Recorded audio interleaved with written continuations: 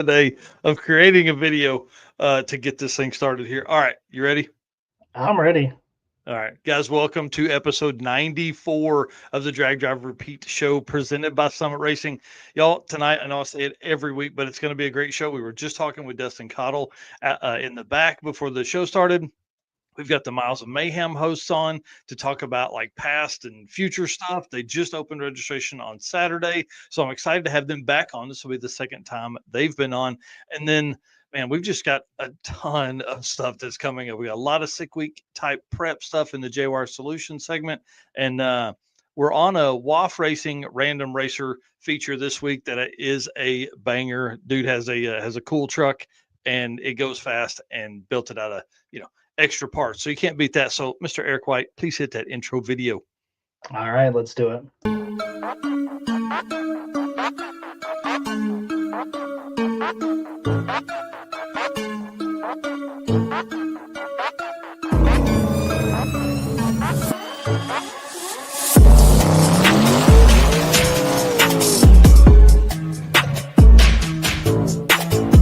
We're going to pack things up and hit the road and try to make it the next day.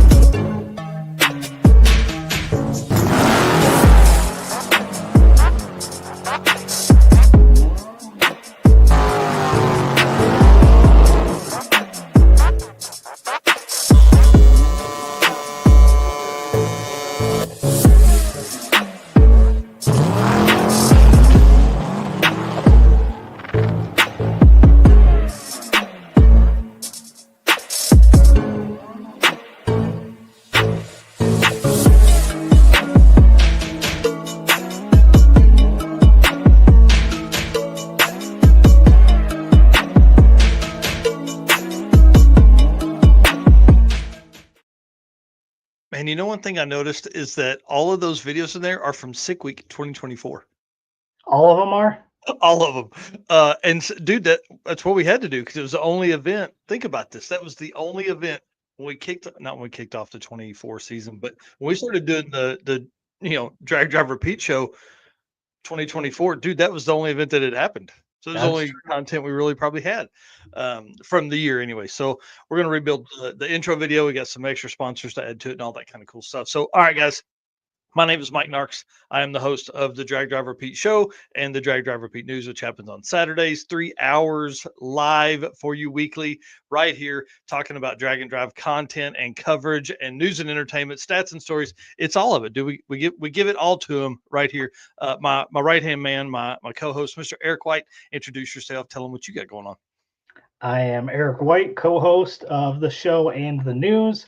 Right-hand man, anything that needs to be done here, drag, drive, repeat, the circuit, anything like that, photos, artwork, putting together intro videos, whatever needs to be done, and helping out with other events artwork too as those become available. Yeah, I'm excited about that. You're working on some stuff right now for one of them as a potential. I think they're getting some bids, man. It seems weird to be doing that. The community is growing so much that it's man, I don't know. We're already over 30 events for 2025. I'm really excited, and I want to give a big shout out. If you guys didn't know, we hired an assistant last year. Joe has been absolutely killing it, dude. He messaged me today and was like, "Hey, I'm working my ass off over here doing all this stuff and you're not posting it. So, guys, you're about to get overloaded. My goal for tomorrow and Friday is I'm probably going to put out 2 or 3 articles a day on Drag Drive Repeat for the daily dose. And I hope you enjoy those. That's something that we've been talking about doing for a long time. And he's been rocking it, getting that stuff ready for me. And then I just put, my Michael Nark spin on it. And man, listen, it's been awesome. So shout out to Joe. I'm excited about what this means for 2025. And guys, race car friends, bud.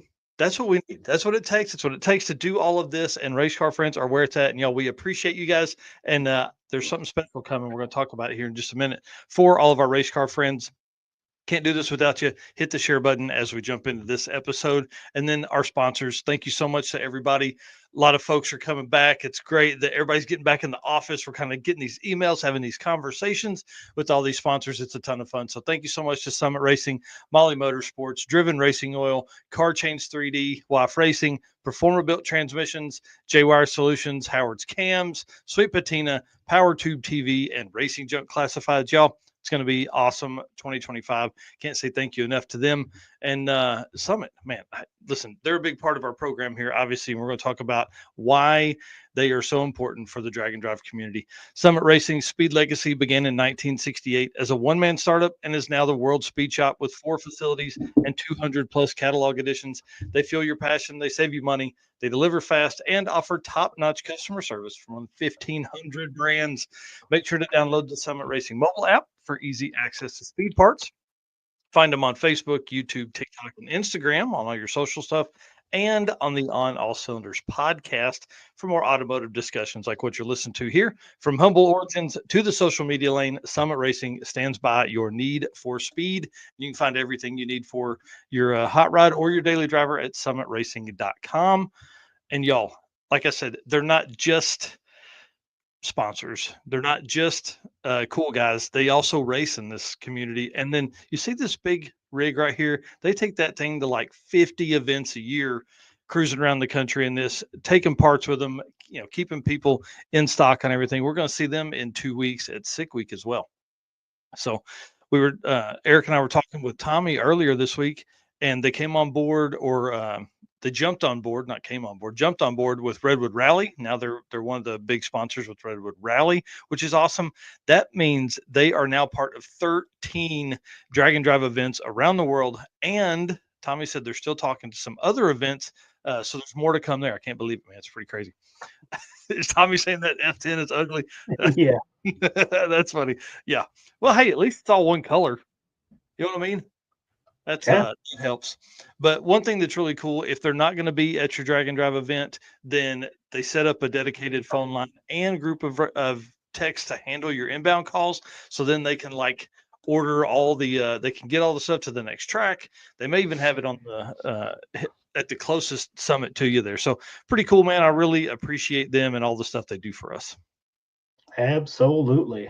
And obviously they carry Drag Drive Repeat merch, which is really cool. So, yep, grab your hoodie. It's going to be chilly.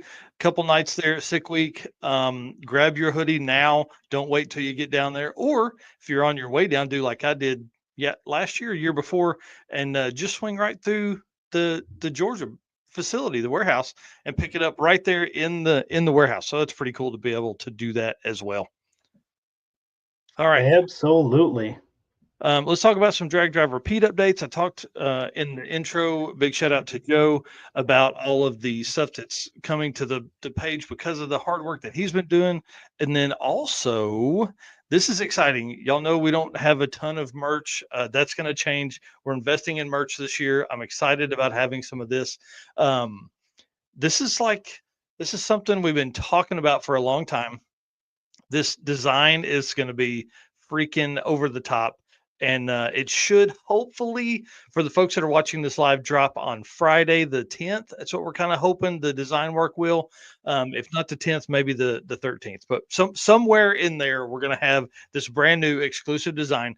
If you want to see it early before anybody else can see it and get your grubby paws on a pre-order, jump in now. Get on the website. I'll share the link right now to jump on the newsletter and read a little bit about more what all you get. It's like a whole swag pack. We're going to put together a bunch of stickers and all that kind of stuff. So it's going to be in the comments for all the folks that are watching on YouTube, and then Facebook is popping up now. So you guys should be seeing that any second here. So that's exciting to have that, man. I'm pumped about this design. We've talked about it for a long time. This is really, really cool. Yeah. We saw some first revisions of it, and it's looking pretty awesome. I'm excited. Yep. All right. Let's talk about the circuit 2025. The road trip group continues to grow. We're getting like new people every day. I know that's kind of a new thing for a lot of drag and drives, but it's like the Sick Ward and like Road Week for Rocky Mountain. So we're seeing that grow every day. Our first featured car for that, this goes up tonight after the show, is Miss Abby Paget. Now, you guys will recognize that name from Chris Paget, one of our sponsors for the circuit, but also the driver of that super badass Tri 5 wagon. I think it's 55 or 6 wagon. I can't remember off the top of my head, but these are going to be special road trip um, artwork that we're going to be putting out. So we will be emailing folks asking for photos of the cars they're bringing. And if they're not bringing a cool car, hey, we're going to put that in there anyways. We're going to talk about it. You know what I mean? Because that's part of what the road trip is. It doesn't have to be a cool car. But what I did want to tell folks, I know we are sold out for racing spots. This is going to be another way for you to get early entry into the circuit 2026. So if you missed your spot this year, if you haven't jumped on the wait list, you're way behind. Okay. The wait list is growing daily. I'm going to get 2 or 3 entries a day on that. This is another way for you to jump in because the folks that do the road trip 2025 will have early access and a discounted ticket for the circuit racing 2026. So again, we're taking care of folks that take care of us. And if you signed up for this and maybe you don't get to race this year, next year you can almost guarantee yourself a spot that way. So my goal is to just continue to offer the best regional drag and drive event that is out there, bar none. Nobody else can touch us. And I think this is a great way to shake down your car, like maybe you just want to be part of the cool kids group. That's a great way to do it. So I'm excited about the road trip. We're working through all the cool stuff that they're going to get. It's going to have special decals for the windows, all that kind of stuff. So, all right. I like that. Maybe we should have called that instead of the road trip. We should have called it the Cool Kids Club. That was one thing somebody did say. Somebody did say cool kids club. All right. Well, man, lead us into the driven racing goal stuff. I've been talking nonstop for 11 minutes. Do you want to hit this last one though? I think that's a big one. Oh, dude. Yes. Hang on. Let me back up to the circuit here. Why don't you tell us about this? So Kyle Loftus and 1320 posted about asking what events they should attend in, I don't remember what the time frame was. Was it January to April? I think something like that. And all of our race car friends jumped in there and said, come to the circuit. What was there? 159 comments on the post when we checked last. 38 of them were for the circuit. So we'll see if that gets their attention. Hopefully they are like, what the heck is the circuit? They come, take a look, and see what we do. And it'd be super cool if those guys show up, and it'd just be extra bonus coverage for us and for what we're doing. Yeah, I mean, I think that'd be awesome. With the goal of raising $10,000, we're going to need all the help we can get, and having something like 1320 video coming there would be amazing. So that'd be really cool to see 1320 and even just one member of the team come down and get some coverage for a day or two would be really fun. I think it's going to be a blast. You start talking about Tulsa to Mocan to Tulsa. That's pretty cool, man. So, 38 folks out of 159 is pretty damn salty. That's gets right down to it that. I don't know. That should send a message somewhere for sure. Yeah, somebody would have at least had to have clicked on the circuit link Facebook page and at least looked and see what it was by now. Yeah. So thanks again to everybody. Thank you to all the race car friends that help with that. All right. Now for the driven racing oil updates. All right. Driven racing oil is the performance engine oil that can do it all. GP1 is the ultimate oil for any race or performance application, whether launching hard at the drag strip, enduring the extreme heat of off-road and circle track, or pushing limits in top fuel drag boats and demo derbies. Winning racers choose GP1. Compatible with engines from classic hot rods to cutting-edge race machines, GP1's unique surface cling and high zinc formulation ensures superior wear protection, particularly for flat tappet camshafts, while solving issues like cylinder washout with methanol and ethanol fuels. Crafted from the legendary Bradford, Pennsylvania base oil, then enhanced with state-of-the-art additive packages, GP1 offers the best in protection and performance. And you guys know drivenracingoil.com is the place to go pick up your oil, your merchandise, and check them out on Facebook and Instagram at Driven Racing Oil. Yeah. Yeah, I'm excited about this. We're going to talk about them at the end of this segment too. Congratulations to Michael Lone and the team over at Carolina Drag Cruise. They are sold out, 64 cars out for the for I think end of April. Yeah, end of April. So it's going to be awesome. And then Miles of Mayhem going to be on here in just a few minutes. After this segment here, they're going to actually be on. Their registration opened on Saturday. Yep. I think they've got a few spots left. They're going to be talking about that. And then Kakalaki Runs registration is open right now. And then the East Coast Drag and Drive is open as well. So if you're signing up for an event, those 3 events are ones you can get in right now. Yep. And then upcoming, we've still got a few more that you can register for. Mega Week, and it's coming up January 10th and 11th for 1.0 or Group A, and the 17th and 18th for 2.0 or Group B. And also Big Sky Race Week is opening up January 11th. So here just in a few days, you've got Friday and Saturday for these. Yep. And then race week here again, 17th and 18th. And then Buckeye Skips on the 20th. Going to open up on the 20th. And that's the one at Coon Lee Motorsports Park. I know Skip will appreciate me saying that right. He called me the other day. We had a great conversation, and I look forward to this. They've got like Big 3 Racing helping up there. They've got Ricky Russell helping with some of the promotion and some of the like rules and stuff. So that'll be a big help. Those longtime drag and drive racers. And Yes. then run us through the events that are upcoming. Yep. So the next 4 events coming up, obviously Sick Week being our first event to kick off the year, January 27th through February 1st, starting and ending at South Georgia Motorsports Park. That's only in, what is that, 19 days? Yeah. Whew. Yeah. I leave not next week, but the week after. I leave in 13 days to go down to US Street Nets. So. Yeah. That is wild. Then after that is Kakalaki Run. I don't have the dates for that one here, but that one's in March, I believe. Yep. So Yeah, into March on that one. I didn't put those in there. Sorry about that, dude. But people can go to dragdriverepeat.com/event list and see that. Absolutely. And obviously the circuit, we know the dates on that, April 3rd through April 6th. Man, less than, what is that? Less than, Oh, dude. Yeah, forgot less what than 90 days. I would say, I think we're in the 80s last time we talked.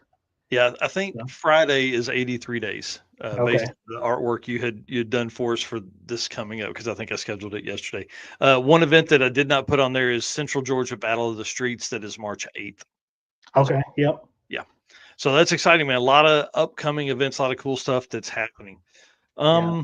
It's kind of wild to think that we're already, I mean, literally it's January 8th and we're already talking about the next 4 events coming up. It's literally no off season, at least for us anyways. Right. And then Casey says, what events are you guys going to? We're going to post up the schedules here pretty soon. Hopefully by the middle of next week, we'll have kind of our 2025 schedule put together for events that Eric and I are attending. And then Driven Racing Oil Van is going to be at Sick Week. I have confirmed with Bill that they will be there for the entirety of the week. So you'll have an opportunity to talk to those guys about the oil, and then obviously purchase some if you'd like to as well. Oh, and Dave Curtis, go ahead. Yep, I had him on the I had it on the sheet on the event list, but didn't put it on that list there. So Central Victorian Drag and Drive event, March 27th through 29th. So we got some upcoming stuff. And Dragway Rush here saying pre-registration February 1st. Yeah, you are correct. It will be here before you know it. That is exactly right. Yeah, dates are just rolling in, man. It's going to be fast and furious here. Yeah, that's right. Well, let's actually skip ahead because I don't see the Miles of Mayhem folks backstage just yet. So let's skip to the JWire Solutions segment and talk about some community stuff from around some cars from around the community that are being built and getting ready for the upcoming Sick Week and some other events. So JWire Solutions, your expert car and marine wiring solutions you can trust. J-Wire Solutions can wire and plumb your hot rod, race car, or drag and drive car. Plus, they offer products to make your driving experience better, like our favorite thing, the blinker module. This is a must for all drag and drive cars. The module will allow your rear turn signals to continue to function while the brake pedal is applied, just like the stock daily driver you have. This is a big deal, right? So, in sick week prep, Rick Dodge, I think, made the post the other day. Remember to check your belts and your helmets and your fire suits and all that stuff. A lot of those things finished on the 24th or on December 2024. So you will be out of date when you arrive. Now, Summit is bringing the truck, and last year they sold out of their helmets. They had 13 helmets on the truck. They sold every one of them. So you need to be ready.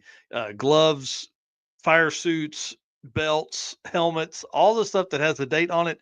Window nets, another big thing, window nets. Make sure all of that stuff is in date right now. Stop this, pause this, and go check your car. Make sure that that stuff's right. Oh my gosh. Let's talk about some cars here, though. First up, I want to talk about Brian and Jay. Obviously, Jay Blanchard, owner of J-Wire Solutions, also is co-pilot and um, I don't know, like work, I mean, he's the number two dude. He's the right hand man of the Fast Act Racing 1970 Chevy Nova of Yeah. Brian Acton, and they just installed some low dollar motorsports uh, travel sensors, so this ought to be good for the front. And then he said they've also have a few other things that they are doing as well. But then he sent me this photo. What the heck, dude? There's no stuff in that motor. Yeah. What was it? The last episode when they were on, there was a mock-up block in there, which I Yeah. assume is that. Yeah, yeah. So pretty scary. I mean, we're literally, those Perfect. guys 2 Did, weeks from leaving. yeah. Did anybody tell them it was only 19 days away? Right. I don't even think it's 19. It's so today's the 8th. It starts the 26th with tech, and you've got at least one day to drive down because it's got to be 14 or 15 hours for them to drive down there. So I mean, they have 13, 15 days, 16 days. Yeah. Okay. All right. Camshaft should be here soon. Oh my God. Yeah. I'm not Pistons at panicking. You're Baker. panicking. Yeah. Pistons at Baker. Camshaft should be here soon. That's awesome. So what do we got going on the right picture there? So they've welded in EGTs to each of the manifold tubes there, whatever header tubes, whatever. And so I'm excited to hear his thoughts on that in a later episode about how this car is sorted. This car has gone 850s. It's won 850 classes like nobody can believe. And instead of just I think it kind of becomes a test bed for Jay to learn and understand more stuff. So like the travel sensors in the front, he can see what all that's doing. These EGT, that'll obviously help them find if there's a problem early. But then at the same time, knowing him and his data logical mind or data, analytical mind, that's what I'm looking for. He'll be using that to do something with it. Oh, hey, if we see these kind of EGTs, back it off. But I'm Right. excited to see this and excited to see it like as they're driving, because that's one thing we don't ever talk about is like what's your EGTs while you're driving along. So I've that'll got be no kind of fun to clue. test. Yeah, Yeah. I don't know any of that stuff. So that's going to be kind of fun to see. Um, so they're getting all that done. Trevor Slusser, I think is how you say his last name. This guy showed up last year and camped in the back of his in his Chevrolet C10 truck. Well, now he said in the Sikta magazine group, he's like, I need somebody to talk me out of this. I want to try and drive this truck, which looks to be coming swapped all the way from Michigan to sick week, do sick week, and get home on $1,000. So he was talking about camping and all that kind of stuff. You start thinking about it, like he's just doing the sick ward. So you start thinking about it like that's really probably not hard if you can get the mileage.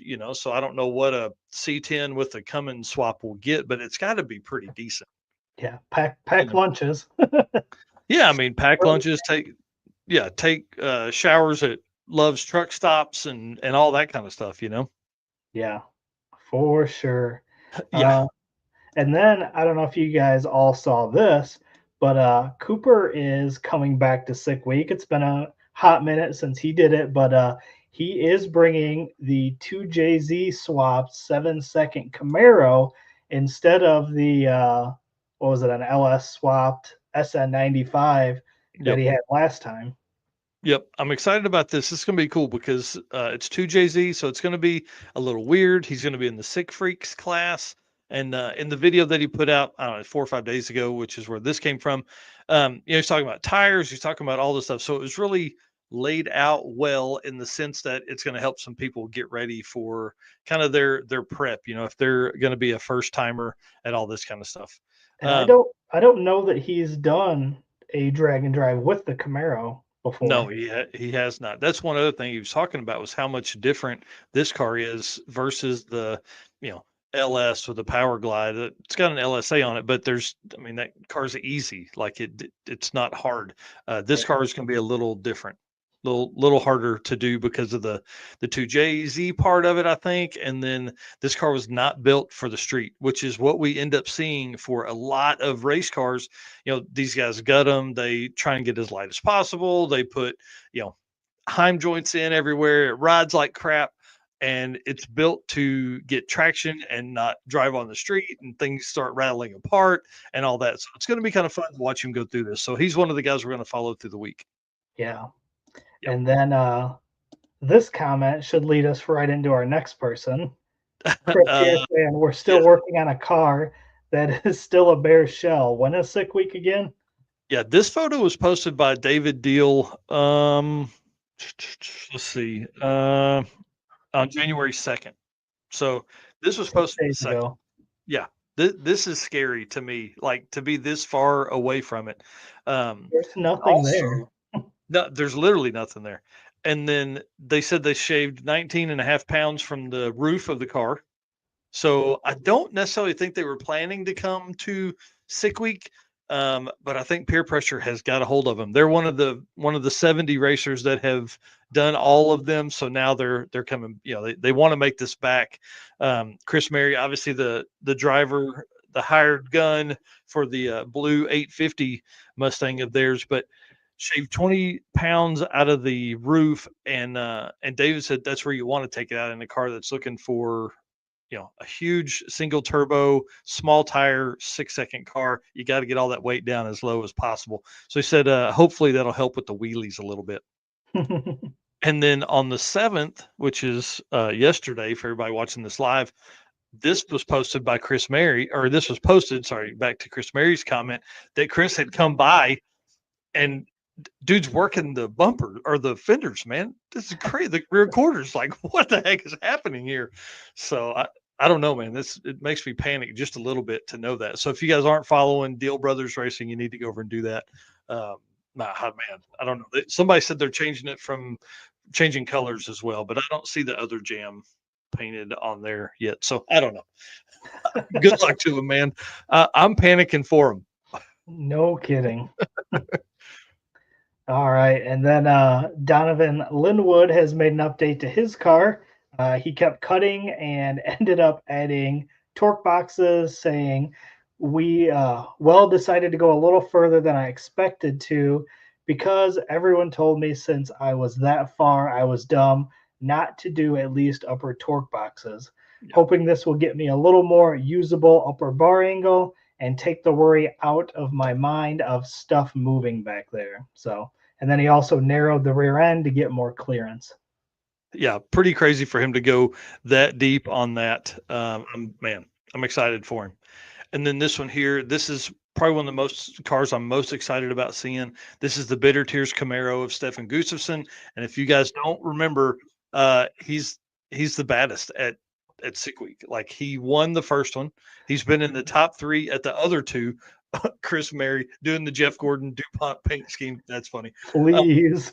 Yeah, this Bitter Tears Camaro is going to be badass. It's super lightweight, built to go fast, and this car is going to be very, very, very, very fast, very fast to say the least. So it's at Customs by Biggins right now, and they'll have no street miles on it when it arrives at Sick Week.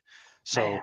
maybe they can drive it some before then, but I mean, you can see it now. The workload that they have ahead of them is I don't know. If you're not following Bitter Tears Camaro, get over there and do it. It's great follow right now. Lots of updates almost daily are going on over there. So pretty crazy stuff. Yeah. The GTR here. Hopefully, I'll be ready to battle Cooper in the Sick Freaks class. That's awesome. Let me jump back here just real quick. That is our J Wire Solutions segment. Did want to give a shout out to Jay. We are working. We'll work on the. If everybody can see that lower part there on the bar, there it's supposed to say J Wire where it's black.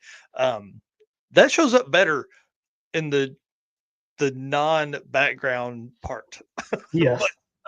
Once you put the background in here on StreamYard, it just blacks that thing right out. So I'll get that fixed tonight when I get inside, but I just noticed it today. So shout out to him. Thanks again, Jay. Appreciate it. We'll see you soon. All righty. Well, it looks like we've got the Miles of Mayhem folks here. So let's move my notes back up there and talk to them for the next few minutes. I want to obviously this is an event that's on our list. I keep saying I want to go every year. This is one that I want to do. This is definitely top of mind for us. And this will be part of the Molly segment here. I'll go ahead and read this one if you're all right with it. Yep. Attention high performance enthusiasts and racers, meet the Molly Motorsport Power Pack Kit, your ultimate solution for power packed performance. The Power Pack pistons are made from either 4032 aluminum alloy to allow for tighter cylinder to wall clearances and improved temperature stability, or 2618 alloy to allow for increased detonation resistance. What sets Molly apart? Forged pistons, graphol coating, and phosphate treatment for peak performance and durability. Elevate your ride with Molly Motorsport, where performance meets precision. Visit mollymotorsport.com for more details. And for all the folks that are listening to this, Molly is spelled Mahle. Well, again, on this segment, we have the Miles of Mayhem team. 2025 is going to be their 5th year. Registration opened on Saturday, January 4th. We're going to find out if there's any spots remaining. And then I want to talk about some of the folks that are on the top 50 list and all that. So let's bring them in now. Dustyn and Josie, how are you guys? Hey, we're doing good. Let me turn you up just a little bit here real quick. All right. Well, introduce yourselves. Tell us why you started Miles of Mayhem. Why we start Miles of Mayhem? COVID. But we needed it. Canada needed a Dragon Drive, so it was time. It was time. That is.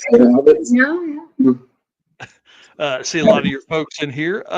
So I want to talk about registration. I wanted to ask, are there a few spots available? Is there any way people can get in, or do they need to jump on the wait list?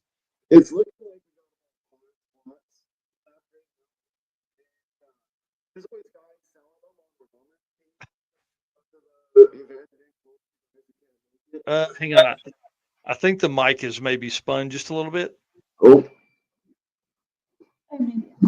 There we go. Yeah, now we're good. Oh, okay. Oh. Yeah, that should be better. Yeah, perfect. Yeah. So are there spots available? Yeah, they're looking about 5 spots left right now. So it's there. That's awesome. That's awesome. Yeah. Well, who are some of the folks that are in that you guys are excited to see?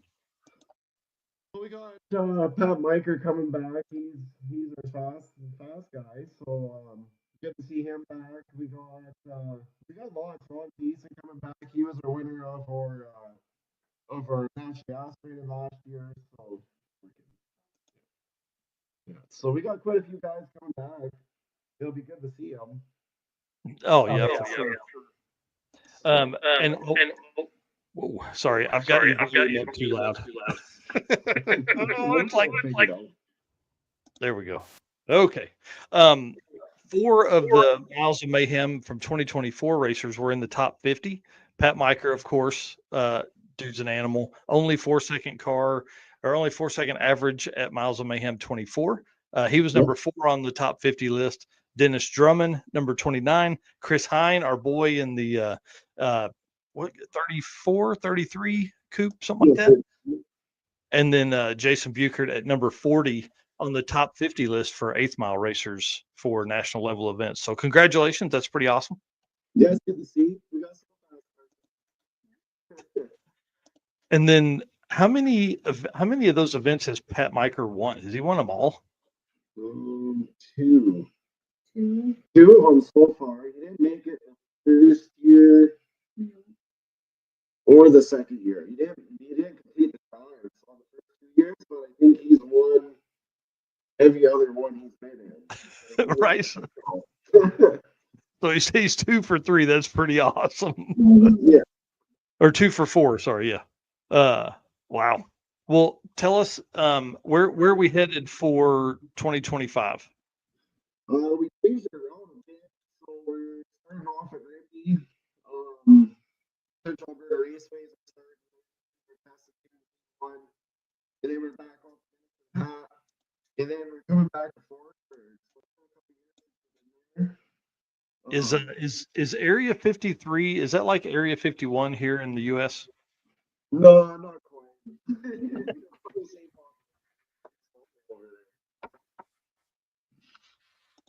But so no, going back to Forward, we're excited about, and Man, the microphone is just not picking up. no. Okay, we can try another thing here. Sorry. No, is that better now? Yeah, that's better. Perfect. Okay, perfect. Yeah, so let's run back through those tracks.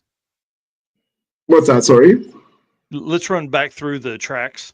Oh, okay, yeah, no. So we're starting off at Rimbey at the Central Alberta Raceways for a test and tune day one, and then we'll hit the road. It's a bit of a drive to Medicine Hat. We'll from Medicine Hat we go to Forestburg, so it's good to be back at Area 53. Then back to Rad Torque and Rimbey again. So. And then you guys have been there. 3 of these tracks, I think, are kind of normal for your loop. But are there some new tracks? Is Forestburg new for you? Yeah, we've been to Forestburg the first 2 years. We did Miles of Mayhem. So we switched out Forestburg with SIR. That's right. This year. It's a little less driving, so just try and change it up. I'm sure people won't hate that. No, it's usually the hottest day when you have to do that long drive, it seems like. So it should be a nice little break. Right. Dragway Rush here saying Dragon Drive's really growing lately in Canada. Yeah, I think you guys are up to 5 events now up there, man. It's awesome. Is it 5 now? I know 3 for sure. Yep. So you've got East Coast Dragon Drive, which is a new weekend event. You got Dragway Rush, which is further west a little bit, kind of in that little dip there. And then another regional event. And then you've got you guys, of course. There's a new one called Home Quarter, and then there's the BC Dragon Challenge. Yeah, so pretty it's awesome. good to see it growing. Yeah. Yeah. And the crazy thing is people don't understand how big Canada is, but now there's like events in all the regions almost, man. It's pretty amazing to see. Yeah, no, it's good to see it grow, and it's exactly what the sport needed. Yeah, and you guys have had, I mean, going into your 5th year, man, we need to have you on for a long episode and like just let you talk about what you've learned. Oh, you learn a lot. Yeah, that's for sure. You definitely fly by the seat of your pants, it seems like, the whole week. You never know what the competitors or the drive's going to throw at you. So just pretty much buckle up and hold on. Yeah. Well, what are some of the route stops that you guys have planned for this year? We haven't quite got our route planned. We kind of, winter time and all that crap here. So we'll probably start driving, making our route. We do the route about 3 times before the event, just planning it and finding checkpoints. And it worked out pretty good last year. We had some car clubs help out and do some checkpoints for us. So that was a nice kind of break, and got the clubs involved. We got the towns more involved. So yeah, we are thinking of posting the route, kind of like what Sick Week does before the event. So we'll see how that goes. I think so. I think that we can get the towns more involved as we go through. Because it seems like when you drive through, all the towns are asking what's going on, and Yeah. and they just can't really believe like all these cars coming through, little trailers, race cars, and yeah.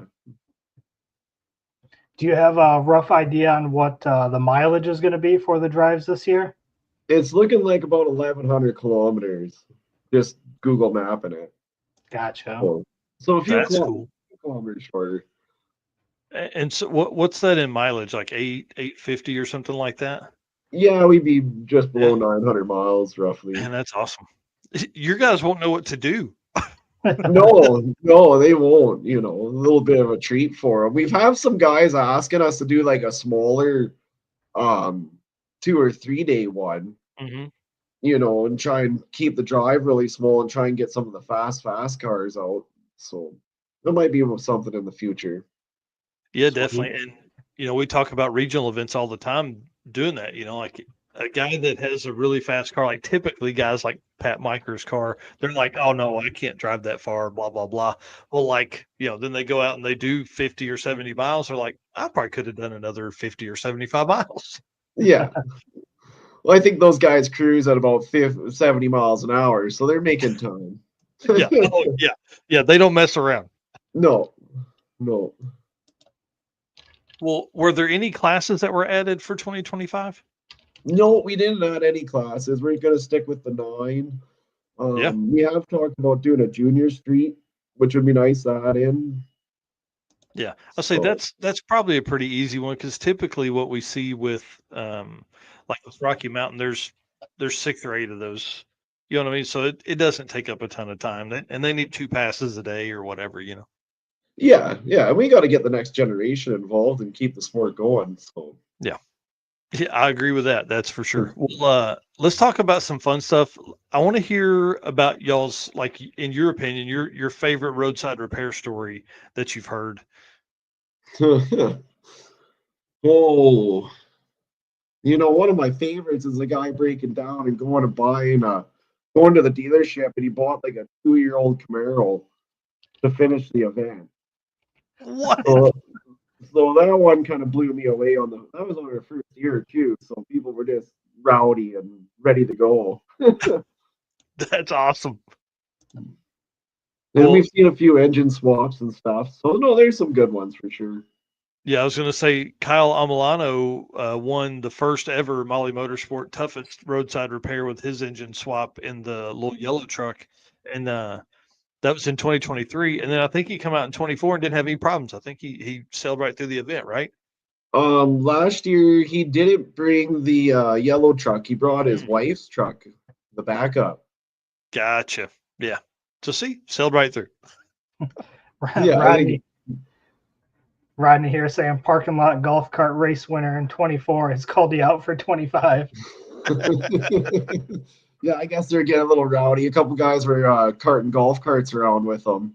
Oh, they got into some night racing at the hotel the one night, I guess. So yeah, that's I think that's what is the most fun about your event is there's stuff like that all the time. Yeah, the groupings at the hotels and stuff. It sucks. We miss a lot of it because we're in the motorhome at the track.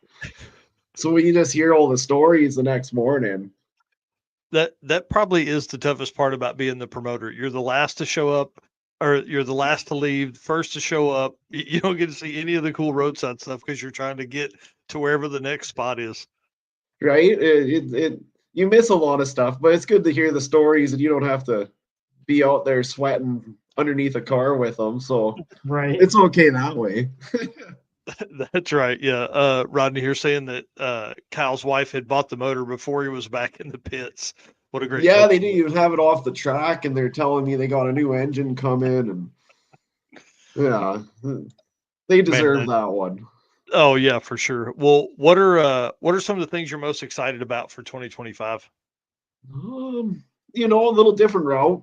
That'll be a good change. We got it's looking at about 40% new competitors this year. So 35%. Awesome. Yeah. So it's good to meet some new people and see what new cars come out. Yeah, that's really cool, man. That's a huge win there for you guys for sure. we're seeing this like over and over where all these new people are taking advantage of these events, and I'm sure it hurts the veterans because they're like, what the heck, I didn't get in or whatever. But like you said, there's a few spots left. How many did you say? Well, I think we got about 5 spots left right Oh my now. God, dude. So that means we sold 195 spots. Yeah, that's awesome. So Yeah, in 3 days, and I think if I remember the post right, you had posted up in like 2 hours that you guys were almost full. So, man, that's really cool. yeah, it's glad to see guys that are still excited to come and new people joining. It's what keeps us going, doing it for sure. Right, man, 5 spots left. That's great, dude. Um, uh, yeah. Somebody was asking how many entries this year, so 200 entries. Yeah, the 200 again this year. Yeah, I think that's a great number. We're expanding to 200 with the circuit, and I'm nervous to be honest. I think that's about the right number because there's not too many folks, but there's still enough there that there's racing action all day. Yeah, you get enough cars like to keep the track full for the whole day.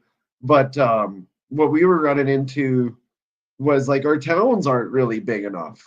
Like, we go to Forestburg, we don't stay in Forestburg. There's not enough hotels. There's probably 30 rooms in that town, right? So we gotta stay about an hour away. So, but like, we find like when we did the jump from about 100 and I think it was 140 to 180, it was crazy the difference. Yeah. 40 doesn't sound like a lot of cars, but it definitely changed the dynamics of it for sure. Well, yeah, when you start looking at that many racers, 40 cars is like 70 people. And if you went from like 250 people to 320 people, that's a big difference. Yeah, it's Yeah. a noticeable difference. Yeah. And now you're like, 350 people because, most folks in the States, anyways, like to have a co pilot just for the extra set of hands. Yeah, we don't get a lot of guys cruising by themselves. You get a few, but Yeah. That's cool, man. Well, I'm excited. What else can we expect? So, what are we looking at for the next few weeks here leading up? I know, we've got a few months till the event, but these guys need to be working on their stuff right now. Even though it is, what's the temp up there for you guys right now? Like negative 400 degrees or something crazy? actually it's been pretty nice. It'd probably be, it's been sitting around -10, -20 degrees Celsius here. So, that's nice weather this time of year. Gross. Yeah, it's 20 here, and I'm complaining. 20. So that'd be, what would that be? I mean, that's probably 6 or 8 degrees Celsius or Yeah. something like that crazy. Ugh. Yeah. Yeah, I don't know how folks live up there, but the good thing is when it's summertime up there, and you guys will see some warm temps during your event. Yeah. We've been pretty lucky with weather too. Like Yep. this year we had the one rain out, and we probably could have held off another hour or two and got some racing in, but then we would have crossed through a big hailstorm, and we made the call just to keep going last Yep. year, and it worked out. A lot of guys were kind of excited because it was like terrible storm, and then we got down in the coulees and it was like plus 40 degrees Celsius, and yeah, we get all the weather. So They were like, "This is great." yeah, well, it was too hot then. Oh man, that's awesome. Well, listen, I want to say thanks for coming on tonight. We appreciate you guys and all that you do for the community. You're one of the longest running dragon drives that are out there. We've seen this crazy boom in the last 2 years. You guys going on your 5th year now, man. It's pretty awesome. Yeah, it's a good feeling. We're gonna keep it going as long as we can too. So Yeah. Yeah, that's awesome. Well, if you do end up putting together a weekend deal, man, keep us updated. Let us know. We'd love to help in any way we can and help promote and all that kind of stuff. We love what you guys do. And I promise, I'm gonna get up there and see you guys one time. we'll get you guys up here soon enough. Yep. For sure. All right. Hey, thanks so Hey, much, thanks Dustyn. for Y'all having have a great day, man. Appreciate it. Hey, you too. Yeah, see ya. See you. Yeah, see you guys.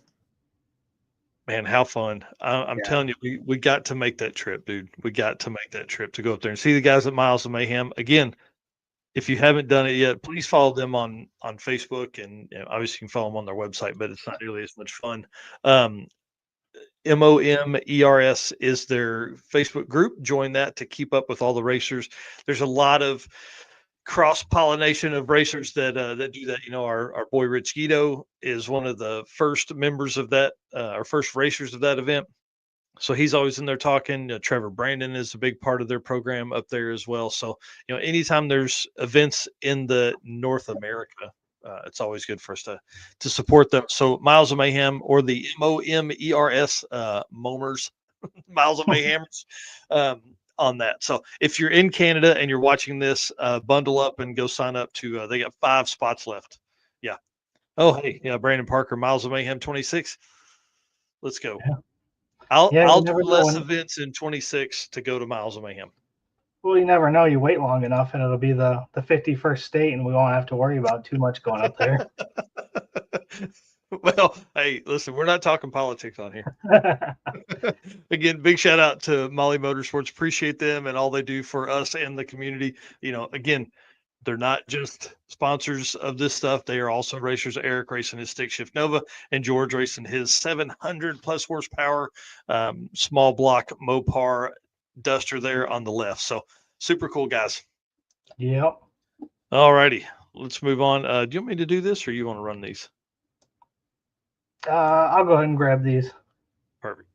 So, once again, we got to ask everybody to, well, first we got to thank our race car friends for hanging out here. Great numbers tonight, lots of comments. So appreciate everybody jumping in, especially those coming from the Miles of Mayhem crew. So thank you guys for what you guys do and keep us motivated. And of course, without our sponsors, we couldn't do any of this. So thank you to Summit Racing Equipment, Molly Motorsports, Driven Racing Oil, Car Change 3D, WAF Racing, Performabelt Transmission, J-Wire Solutions, Howard's Cams, Sweet Patina, Power Tube TV, and a Racing Junk. And then, as we always talk about the gentleman's agreement, that is, we are going to continue doing what we do because it's what we love to do. We love talking about drag and drive. We ask for you guys to like, subscribe, follow, whatever it is that you're watching or listening. Make sure you do that. Share it out. Tell all your friends about the Drag Drive Repeat show. And then we can't guarantee you that we don't have a way to prove that you're going to do that. That's why it's a gentleman's agreement. So we're going to continue doing ours, and that's what we ask of you guys. Yeah, that's for sure. And then Power Tube TV, love this, man. They're awesome. Ray and I were having conversations earlier this week about all the stuff that's coming up, like Pinks 2.0, going to be on Power Tube TV very soon. So that's exciting. Rev up your engines with Power Tube TV, the ultimate destination for automotive entertainment. Stream for free on the web, Roku, mobile apps, and more. Catch replays of our show right here on this, and exclusive content from other creators featuring classics like Pinks, which is coming back, and Pastime, which is coming back for 2025. I'm excited about that, plus a ton of original shows, a lot of other content creators within this content creator development program that we're a part of. And so be part of something special. Talk to Ray and the team over at PowerTube TV at watchpttv.com. All right. Oh, yeah. Love those guys. And let's talk about some WAF racing stuff. If you guys, let's play the video, then we'll get into WAF racing. All right, I'll hit this video and then we'll jump in. Today we'd like to introduce you to our improved carburetor toolkit. Built off of our original, this one is a little larger footprint, a little thinner height, but offers a lot more storage than our original kit. After a year of using the original, a lot of things we loved about it, but we did see some opportunities for improvement, so here we are. So new one has a snapping lid. Open it up, it carries all the same tools, in addition to our idle adjusting screwdriver, whether using the original version or the Pro version, both fit in the case. Inside the case, tools are easy to access. They come out nice and easy. We have our new and improved combination wrench, which also has a feature for installing or holding jet extensions during a jet change. Our larger jet block holds 16 sets of main jets. Air bleed block holds 24 air bleeds. We've got 3 power valves, 6 squirters, a bunch of pump cams. We still hold metering block and fuel bowl gaskets, plus all the smaller gaskets. Another nice feature is the lid is designed to stay flat when it's open and pretty sturdy. So when you're working on the carburetor at the track, you've got a really nice tray to set stuff in as it comes apart and goes together. For those of you who already purchased our original kit, we are offering an upgrade kit for a really reasonable price. All right. So that wasn't even the right video, but That's all right. we Hey, gotta we need to do a little bit of organizing here in our Well, video and over here. hey, one thing we need to do is tell people to go listen. He's not good with money. Okay. Chris is building 3 different cars to do Dragon Drives in. Y'all need to go support him so he can do more of these Dragon Drive, buy more parts and all that kind of stuff. They got a lot of really cool stuff. Like the carburetor toolkit he was showing there, and man, just a ton of other stuff. Carburetor stack stands, all kinds of storage, spark plug holders, all that, like he was showing. So, and then they have a new website. Well, not a new website. They just updated a whole lot of really cool stuff. And you see that in the top left, there. Proud sponsors of Drag Drive Repeat. That's right there on their homepage. So we appreciate them putting all that on there. They're also, Rovic does a ton of R&D for them, and in here making comments. And Rovic is our guest on next week's show, episode 95. Rovic is going to be on. I'm excited about that. So it's going to be really, really cool.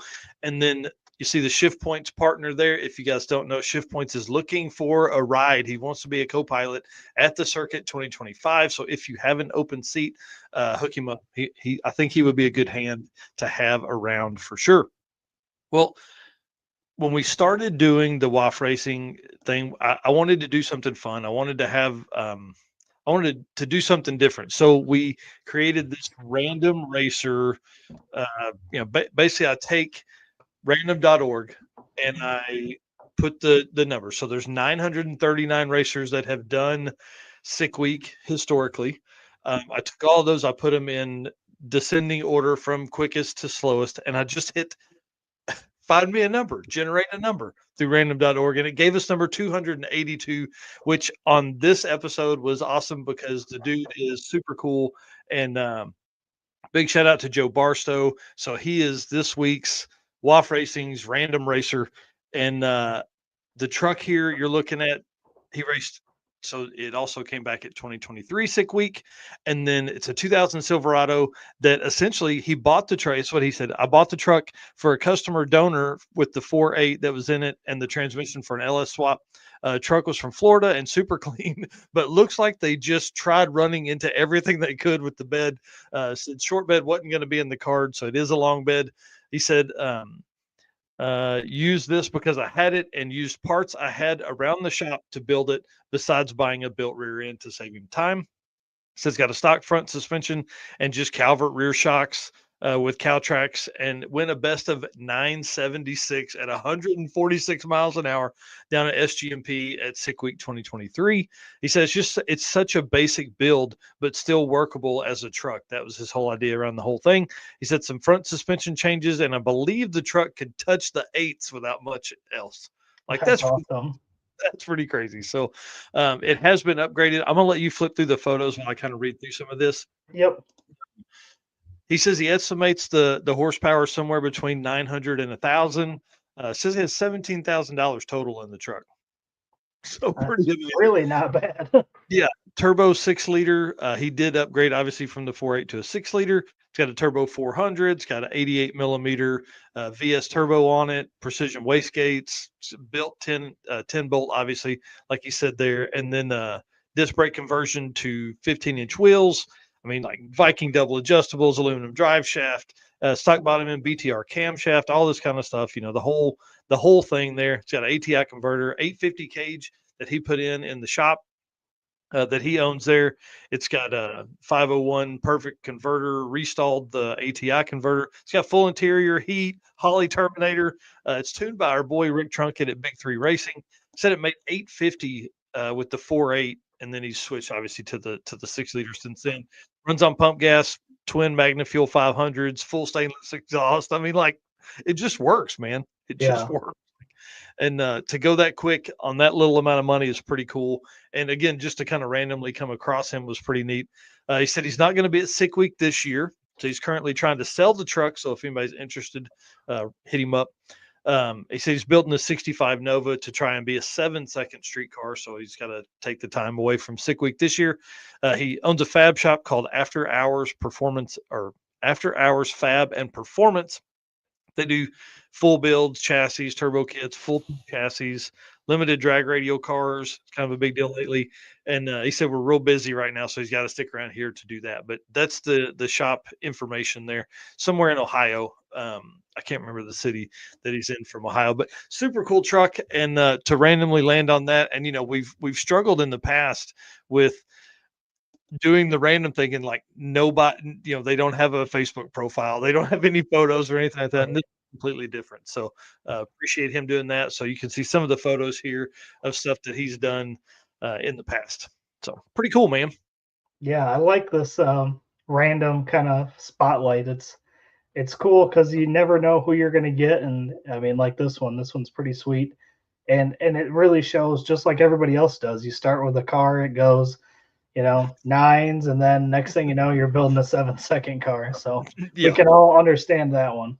Oh yeah. Well, and he raced a different car in Sick Week 2022. So, is he the kind of guy he just builds something new every time? Or like this truck, in my opinion, is really cool because it's something that it's built with stuff he had laying around. Right. That's always a cool deal. So you end up with parts and pieces and stuff. And if he's like me and a hoarder, then it's not hard to come across a whole bunch of stuff that you need, especially if you're building cars. So pretty cool. Yep. After Hours Fab and Performance is our and Joe Barstow is our random WAF Racing random racer feature this week. Oof, say that 3 or 5 times fast. So pretty cool there. Well, let's jump into bringing Mr. Dustyn Caudle on. Hang on here. Bucket list here saying public announcement. If you're not going to make it to Sick Week, let Jenny know. We're still on the wait list, please. Yes, this is a big conversation. Then we'll bring Dustyn in, I promise.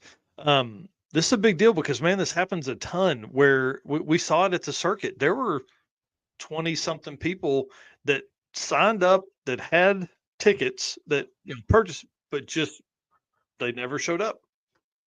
Didn't message, didn't do anything. We had a lot of people message saying they couldn't come, and that allowed a lot of folks to come in from the wait list. But this year it's going to be a problem, man. Like, we've got more than 200 spots sold already, with sponsored spots and things like that. And we're limited at 200 for the racetracks. So start kind of looking, the folks of just showing up, man, that's going to be kind of tough, especially for Sick Week, with as many people as they would have on the wait list and as many people that would want to attend. That could be a problem if everybody shows up just, day of. So, they said last year they weren't going to take day of registration. I haven't seen that this year. So, hopefully fingers crossed for folks, but we would love to see Bucket List Mob back down there. All right. Let's run into the Howard's Cams community segment here and talk to Mr. Dustyn Caudle in a moment. If you'll play the video, sir. Yep, I'll hit the right one this time. Hello, ladies and gentlemen. Harris from the Monoxide Podcast. Real quick, Howard's Cams was founded as a racing cam manufacturer almost 80 years ago when Howard Johansson created Howard's Power and Racing Equipment in 1945. Howard's Cams has always used on-track experience to design the most powerful designs, and today they have an even greater group of experienced racers in circle track, drag racing, road race, mud bog, and marine. They use all this input plus the most advanced computer software to design the most competitive race-winning products.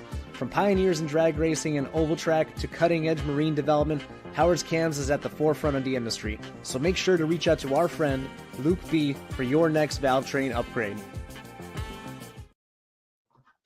Big shout out to our boy Harris at Monoxide for recording there, but then also for his insane growth. If you guys enjoy podcast stuff, you got to listen to the Monoxide, MINNOXIDE podcast.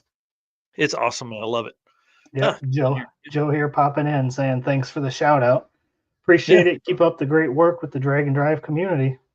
Yeah, man, he was awesome. Him and I messaged back and forth, 8 or 10 times today about, the truck and all the other stuff they work on. And so it's pretty cool, man. I'm excited to meet him. Hopefully we'll see him at an event later this year. There's some stuff in his part of the country for sure. Well, Dustyn Caudle, if you guys don't know this, is probably one of the he's probably raced at as many drag and drive events as anyone out there. He's been, I think he's raced at just about every major event, and then every national level event, and at a ton of regional events. This guy in 2023 was one of our drag and drive ambassadors. He attended 8 drag and drives in 2023. Think about that. 8 drag and drives in 2023. So pretty crazy. Well, let's bring him on because I wanna ask just how many he thinks he's done. Mr. Dustyn, how are you this evening, sir? Hey, doing well. Thanks for having me. Oh man, I'm excited. You've been on before, so we don't have to go through a lot of the get to know you stuff, but we definitely want you to tell folks who you are, where you're from, and like your fleet of cars, and then we're gonna get into some fun stuff. All right. I'm Dustyn Caudle, live in Tulsa, Oklahoma. I've got 4 Chevy Loves. I've got a 70 C10, a 67 Chevelle, a motorcycle, and I've got a couple other projects trucks that I don't know if I'll build them or just get rid of them. But one of them's a 79 Plymouth Arrow pickup truck, and then an 80 Dodge D50. But that's awesome. And you've got one of the coolest tow rigs, small RV. What do you call it? Tell us about that thing too.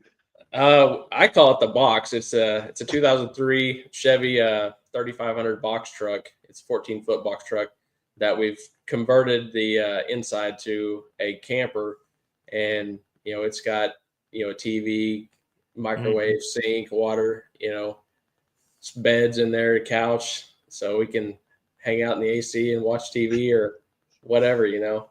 Dude, I love that thing. Yeah, I was all over that thing at the circuit. I think it was the circuit. I was like, man, this is what I need. And you guys have used that thing tow everywhere.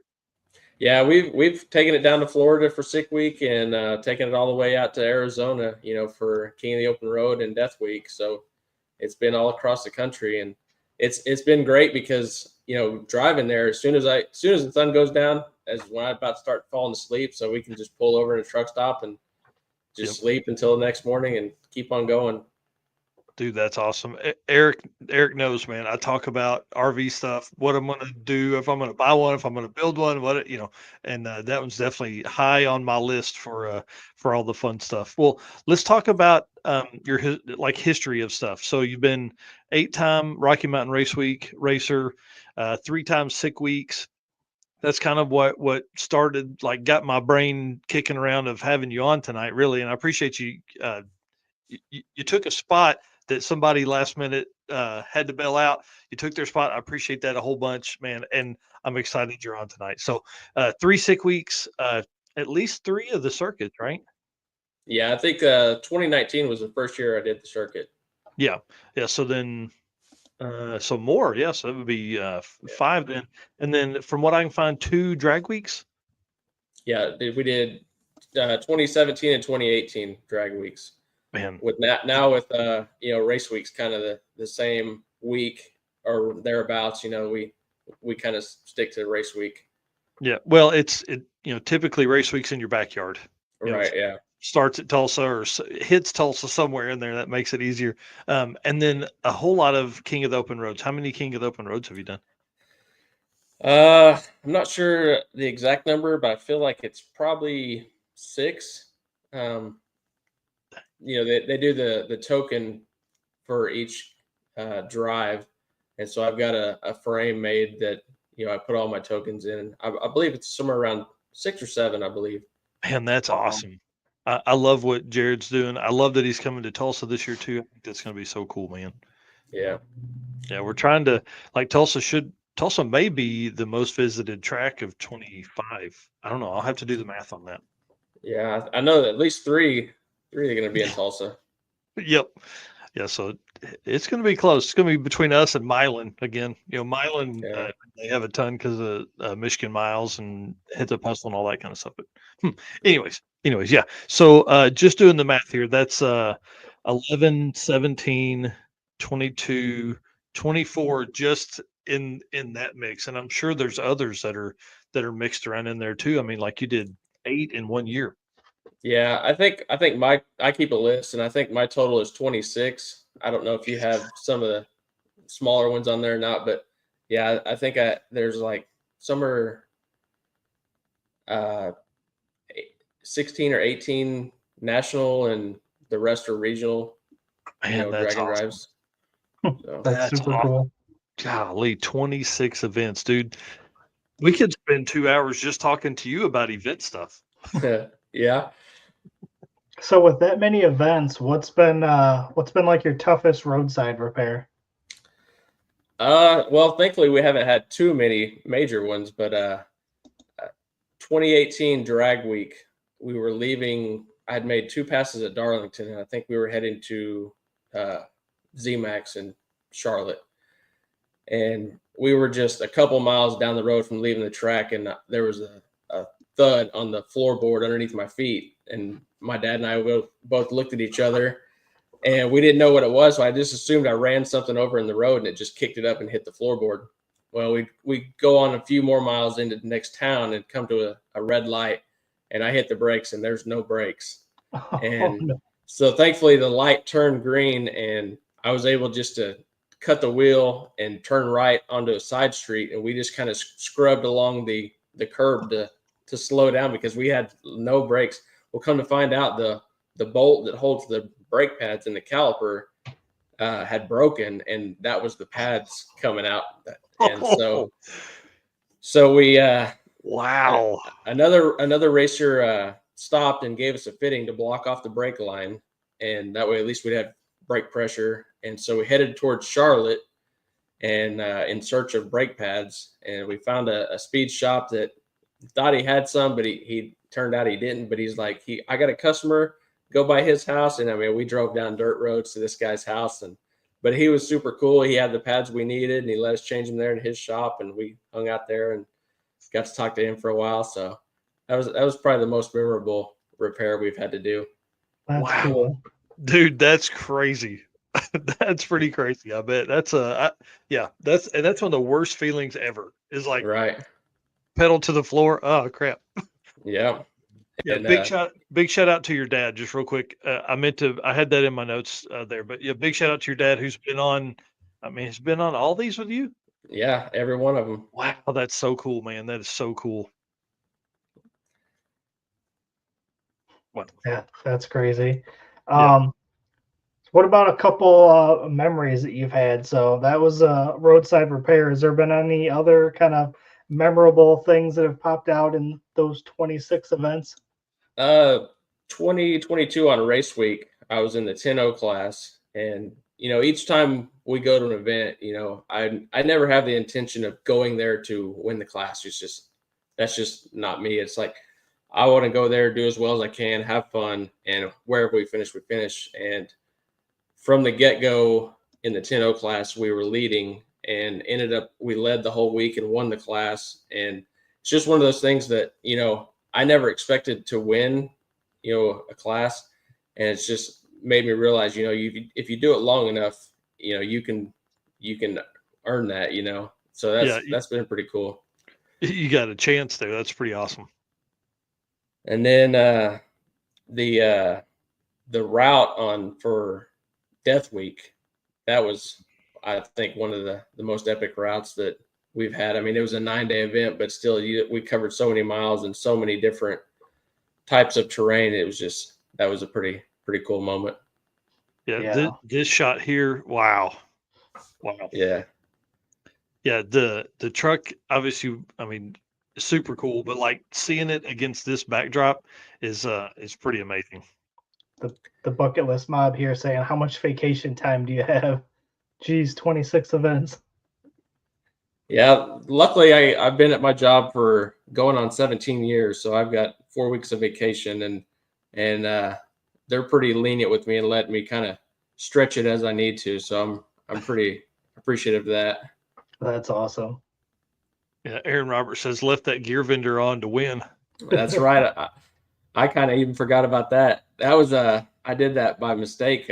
Normally, whenever I got to the track, I'd always turn my gear vendor off, and I had just forgotten to turn it off, and it slowed it down just to the number I needed. And so I ran the rest of the week like that, and it worked out. That's awesome. And for folks that don't know, that don't follow Rocky Mountain a whole lot, listen, the 10.0 index is one of the most competitive index classes that they have. It's wild and very, very tight. I wanted to show these pictures here side by side because a lot of folks confuse these for the same truck, but they're not. They're different trucks. Yeah, the one on the right side, that's the truck I call Unlovable. That's the one I started with. We raced it through 2021, I think, from 17 to 21. And then I built the other truck, which I call Unloved, and it's a turbo 5.3 LS deal. And we've just been going with that one since 2021. And I kind of feel bad because Unlovable has just been sitting in storage, and I need to get it out and drive it some. Now, in the first shot I was showing there, this is I can't remember what year the circuit was. I think this was 22 maybe or something like that. Yeah, I think you're right. Yeah, and your dad alternated between you and your brother. Your brother driving the small block truck, the one on the left there, and you driving the unloved truck. So pretty cool, man. It's pretty neat to have all of those at the same time. So that's really worked out to have a lot of really cool photos of those together throughout the years. Yeah. There's not many photos of them together, but I got to line up against my brother and get a cool picture of him on the starting line together. So that was pretty neat. So what kind of ETs does the Unlovable truck run? The quickest it's been is 1072. It's just got a 671 supercharger on it with Vitec fuel injection, which I've kind of been. It worked well for the Vitec fuel injection. Worked well for a long time, but it's kind of gotten where it's been real finicky, and so that's one of the reasons why I haven't really driven it a lot lately. Is just because I haven't had the time or the want to mess with it, because the other truck's been working so well that I don't know if I want to put a set of carburetors on it or try some other type of fuel injection. But interesting. Huh. Yeah. And again, when you have a truck that's as successful as the unloved truck, like, man, it's hard to go into the one that would be giving you fits. Yeah. The other truck, I mean, I've always said I just want to drive it on the street and take it to car shows and stuff like that, but I haven't made it work yet. So well, you can get in this one and drive it anywhere too. You know what I mean? Exactly. Yeah. That's the other struggle. So yeah, a lot of really cool adventures. I'm jealous you get to do it with your dad, man. That's really, really cool. And your dad's one of the coolest folks that we've ever met. He's awesome, and to get in there and do all this with you is pretty neat. Yeah, it's pretty special to have him there. Like I say before, he's got his notebook and he keeps down all the money we spend, all the stats, miles. So it's pretty special to have him with me.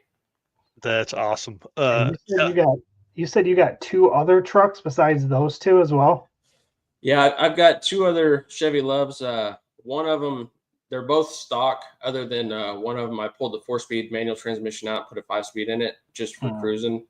But that one I drive occasionally, and the other one, it runs, but it's not drivable. So it's kind of more a parts truck or a project truck down the road. So Gotcha. So what you're saying is you have a type. Yeah. Small trucks trucks in general seem to be the type, but right. Well, I want to talk about your Rocky Mountain Race Week kind of experiences, because racing there 8 times. I mean, you're in the top echelon of racers for count for sure. There's like just a handful of you guys that have raced that many. But one thing I found pretty interesting, you've raced in 14.0, 12.0, 11.0, 10.0, 9.0 indexes, and Ultimate Radio, I think is what he calls it. So what do you I don't know how I want to ask this, but picking the index classes, to me, I like that stuff because it's so hard to race in that. You're going to make more passes, you're going to do all that kind of stuff. But what drives you to race in those classes? I think the main thing is just, it doesn't matter what vehicle you have, you're going to fit in somewhere, with an index class. And like we had, I don't remember what year it was, but the truck was only running about a 12-second. And a week before Rocky Mountain Race Week, driving to Tulsa Raceway Park just for a test and tune, one last test, it threw a rod going down the highway.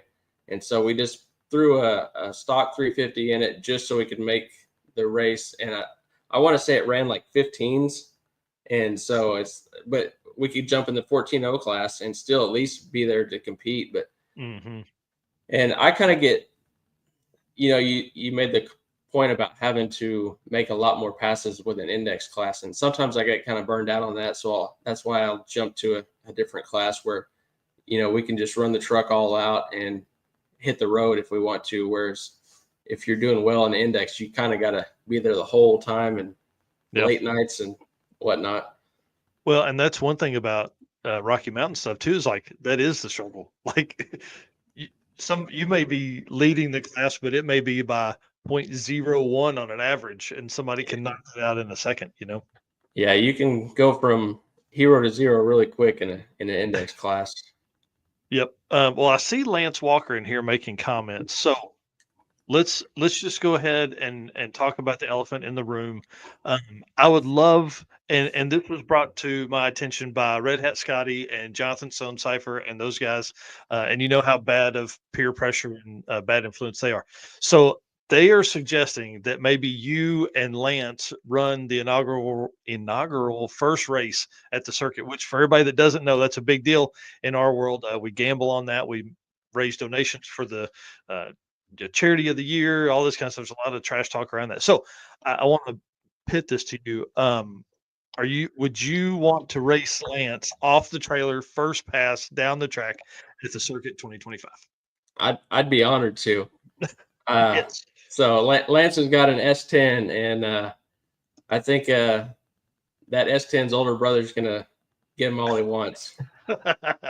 Yes, that's awesome. Well, dude, I appreciate that. I'm excited about that. And for folks that don't know, this is a big deal. Like last year we had Red Hat Scotty and Keaton Maxon race, and man, those dudes know how to trash talk big time. Lance was at a private testing a couple weeks ago. That truck does wheelies. Your truck does wheelies. This should be, and the ETs are going to be real close. I feel like they'll be real close anyway. So be a great race. Yeah, as far as right now, he and I we're running about the same time. So yeah, and I know he's made some upgrades to his truck, so that'll make a big difference too. Yeah, well, if y'all end up at the same test and tune at Tulsa, I need to know. We need to all right. We need to see some of this early on stuff. So are you doing Mega Week? I am, yeah. Oh man. So we're gonna sign up for the A group. And like I said, my he's already got hotels booked and everything. So as soon as registration opens, we'll be signing up for it. And they just, they're going to have the tailgate class this year. So I'm going to sign up for that. And the tailgate class is kind of like the dial your own, where your first time slip you turn in, that's your ET you're trying to hit for the rest of the week to make it fair for all the tailgate participants. Oh, I don't guess I read that. That's awesome. Huh. I like that idea. I didn't even think about that for the tailgate stuff. I guess I didn't read that close enough. Yeah, I just read it. I think it was today. I was looking to see what I was going to sign up for, and that's what I read it was going to be your first time slip. That's what you're trying to shoot for. That's awesome. Yeah, that'll be cool. I'm excited to see some DYO stuff kind of creep into some of the other Dragon drives as well. That's the pro DYO at Sick Week. That's what we're going to be signed up for this year too. So that'll kind of give us an idea of how close we can keep our average. Yep. Interesting. So with Mega Week doing Group A, it's going to be morning racing. Is that going to be different for you compared to what you're used to with Rocky Mountain? Yeah, I mean, typically race week and Rocky Mountain Race Week, we race in the evening time, and Sick Week is in the morning time. So we've done enough of each that I don't think it's going to affect us one way or another. I feel like it's going to give us an advantage where if we have an issue at the track, at least you're going to have that second group coming in that maybe you can find more support or a part you need or whatnot, instead of being on the road and everybody's already ahead of you. Right. So being that you've done both the day and the nights, which one do you like better? I think I actually like racing at night better because you always have that sense of, if you don't have a good pass, the weather's just going to get cooler. The track's going to get better. You can kind of always count on that for the most part. But I really, it doesn't really bother me either way. Yeah. That is an interesting thing that, we've talked about that a little bit in the past of the, like really fast guys like you that are in these groups, like racing at night, the weather does get better. The air gets cooler. It gets, denser and all that kind of stuff. And it's completely opposite at like sick week. You may Right. race in the morning at 75 degrees and great altitude, but at 1 o'clock in the afternoon, it is not any of that. Yeah, that's the tough part with racing in the morning is, if your first pass isn't what you want, it's more of a struggle to make up, to get that pass you do want. And then, the longer you stay at the track, the longer your day is going to be from there on. So That's right. Well, let's switch up. Let's talk about sick week because it's coming up obviously in a couple, 10 days here, maybe, well, no more than that yet. 18 days. So when will you guys leave? What's your travel look like? So I mapped it and it's roughly 14 hours, about 1,000 miles. So I think we're going to leave sometime on Saturday just because I want to be, we've got the time the weekend. So I'd rather just be there a little early and, we can hang out in the box if we get there earlier, whatever on Sunday. But yeah, I think that's the plan is to drive part of the way on Saturday, pull over somewhere, and then have an easy Sunday to finish it off and get there. The nice thing is, since it's starting in South Georgia this year, that's for most people, it's going to make their drive a lot shorter. So that'll be nice. Yeah, that'll save some folks like 300 miles. So Yeah. Those guys coming from Michigan and Ohio are really appreciative of that. Yeah. What is it that you like about sick week? A few things. I mean, we're in the middle of winter here, and it's been 2 months since I've been to the track, so I'm ready to get back to the track. The weather's warmer, and just all those tracks down there are awesome tracks, and so and then the route, cruising down the coast. I mean, it's just there's a lot of things, and it's the Super Bowl of drag and drive. It's the who's who of drag and drive. Yeah. So it's like it's got a lot of good things going for it. Yeah. In 22, I rode with Justin Chestnut in the Model A, and like, man, just being like cruising along the coast, that was awesome. It was a little rainy that day, but like we're like literally right there at the ocean. It was pretty neat. Yeah. I've seen plenty of pictures of people actually driving down on the beach too, which is super cool. Yeah, a lot of people here saying the same thing. It's the weather. It's the time of the year, the weather. Wherever you're at, the weather's going to be better there than wherever you are. Exactly. Well, and especially for guys like Eric who are, it probably hadn't been above 30 degrees at his place in a month. Yeah. This year's been weird. It'll actually be 40 either this weekend or next weekend, which is really strange. But yeah, most of the time we're like in that -10, -20 degrees right now. Yeah, no thanks. I don't know people live in that. Unloved has cruised both east and west coast. It has. It's been to both. I don't know which one I'd say probably the East Coast I like better. I mean, it was cool to go through the mountains and stuff, but I tend to like to go back to the East Coast every year. Yeah. Well, like you said, it comes down to it's cold here, and I think that's why sick week works so well. Is it's cold. Nobody's raced in months. Everybody's been cooped up either in their house or in their garage trying to get stuff ready. And like a lot of times, folks' stuff is fresh. They've got fresh parts and pieces. And I want to talk about some maintenance after we kind of get through the sick week stuff and how you keep that truck going. All right. And you said you're doing what, like the pro DYO class for sick week? Yeah, that's correct. Okay. last year we averaged, I believe, at 896. I didn't keep track of the pro DYO last year, but I know our quickest pass was the 890, and our slowest was a 9 flat or 9.0, which I'm sure that's probably not enough to win the pro DYO. But I mean, if we can go and improve on last year's average, then I'm fine with that. Yeah, I think Gabby Luan won it last year with like something crazy, like a 020 spread, just insane. But yeah, I mean, I would think if you're less than a tenth across 5 days of racing in tracks that you only see one time a year, like think about that. You race at Gainesville one day in 2024. Yeah, and the crazy thing is, Gainesville is where I've set all my PBs at. You know, it's my first 9 was at Gainesville, and my highest mile per hour was there. It seems like every year we go to Gainesville, we set a new PB. So it's kind of one of my favorite tracks. I didn't even know that, but that's pretty neat. Yeah. What about goals for Sick Week this year? You kind of mentioned, improving on what you did last year. Anything else?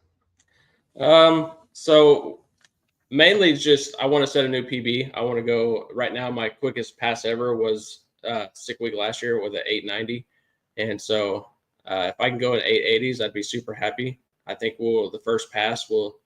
I know we're already running more boost than we were last year, so I think if we just leave the tune that we have in it, I think it will do it. But if we can just try for the first pass, because it seems like every event, the first day is the quickest pass, and then each day after it slows down just a little bit for us. So I think the first day is our best shot, and we'll try to PB and then just cruise the rest of the week and have a good time. So that's the question. Do you use your PB as your base for your pro DYO? Like, because for folks that don't understand, like you're not so in index racing, you're looking for your closest index, obviously, to like 9.0, right?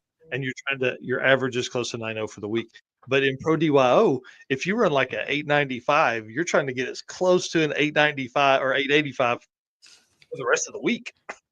Well, that just shows you I've only been thinking about PBs and not trying to average the whole week. So I knew I liked you. Yeah. Like I said, my intent isn't try to win. So it's just run as fast as we can and take whatever it gives us. That's do it for the adventure. That's right.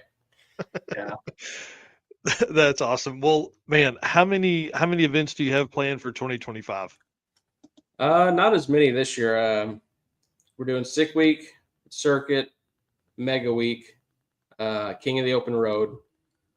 I'm gonna try to get into Six Smokies. I think that'll be cool because we haven't done a whole lot of racing in that area. Mm-hmm. And then I'd like to try to go to just FL2K. I've always liked that race. Like to try to get into that. I've still got some vacation time to burn, so we'll try to figure out some more regional events that we can fill it up with. But that's kind of all I have on my calendar for now. Wow. So I do want to talk about that for a second because you raced, was it King of the Open Road, and then drove home, and like the next week went back for Death Week. How did that work out? Yeah, I think that's what it was. We drove out to Tucson for King of the Open Road, and it just being a regional 3-day event. Then we turned around and came home. And I can't remember if it was, I think we had 1 weekend home, and then we turned around and drove back to Arizona, Phoenix, Arizona, for the start of Death Week. Yeah. And then that was a 9-day event, and then headed home after that. So we put a lot of miles on the box on that month. Yeah, that's for sure. That's crazy. Man, that's so cool. And we had talked about trying to find a place to store the truck and trailer down there. Yeah. And but while we were down there, we found some cracks in the hitch, and so some other things that we're like, we did take this thing home and go over it and make sure it's good before Death Week's being such a long event. So we trailered it all the way out there and trailered it all the way back. Well, that's one thing you're not scared of doing. No. Another story that comes to mind is the Kearney back home. No, yeah, Kearney. Yeah. Great Yeah, for Rocky Kearney. Mountain. Yeah. Tell that story because that's a cool one too. So we went to Kearney for Rocky Mountain Race Week. I can't remember if it was 22 or 23. I think it was 23. And we had just put a brand new 480 transmission. Said it was built for 1,500 horsepower, which my truck only makes 748 on the dyno. And so made one pass in the heat, and so we were happy with it, but we were like, well, it's going to cool off. Let's just wait and make one more pass, and when it cools off, and made that pass. When I did the 1-2 shift, it broke the input shaft, and see, so it didn't make enough power. That was the yeah. And I could have probably found another stock input shaft and put in it, but I didn't want to go. That was only the second pass. I didn't want to keep doing that. So yeah, we took the truck all the way home and ordered a hardened one and pulled the transmission out and waited for it to come in and put it in, and then drove back up to Kearney for the final day. And the cool thing is that Rocky Mountain Race Week they have an exhibition class where if you break your stuff during the week and you fix it, you can come back and enter the exhibition class. So that's what we did, and we won the exhibition class. So that was pretty cool. Right. That's one of my favorite stories, man. Because I think I drove up that Friday, and like you guys had just gotten there, and I was like, "Wait, I thought y'all broke," and you're like, "Oh yeah, we went home and fixed it." Yeah, man, it's crazy. Yeah, that's pretty wild. Well, let's talk about maintenance real quick as we kind of wind down here. Like, how do you keep that truck in that kind of shape to do, you know, like this year we're looking at 5 or 6 events, several thousand street miles. Like, how do you keep that truck maintained? Thankfully, this truck is low maintenance. This is going on its 4th year. The engine has never been out. The heads have never been off of it. It's just worked. I changed the oil, every event, and that's about it. Like, Wow. I really, who did it's the kinda- engine build on it? I did. It's just a stock bottom end 5.3. I bought the core for $300, gapped the rings, put a Texas Speed cam in it, and it's been living. And you know me, I'm pretty conservative on my changes, so it's been the same truck the whole time. It's just I've just slowly worked up to what it is now. It's just Wow. And it really hasn't given us any problems. Yeah, Rodney here saying, you're talking about 748 horsepower, and how much does that truck weigh? So last race week, I think it was at Texas, I weighed it, and with me in it, it was 3,005 pounds. So Wow. Damn, that's awesome.